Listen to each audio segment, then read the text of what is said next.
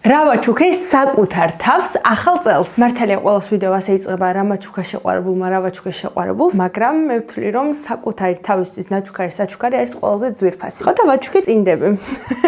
სახალხო საჩუქარი ყველაზე მეტად წინდებთან ასოცირდება, თუმცა ეს არის ერთ-ერთი რაც ვაჩუქე საკუთარ თავს. ხშირად ხდება ისე რომ სადმე წასვლა მჭირდება და ქუსლი არასდროს არ მაქვს. ხო და ეს იქნება ის ერთადერთი და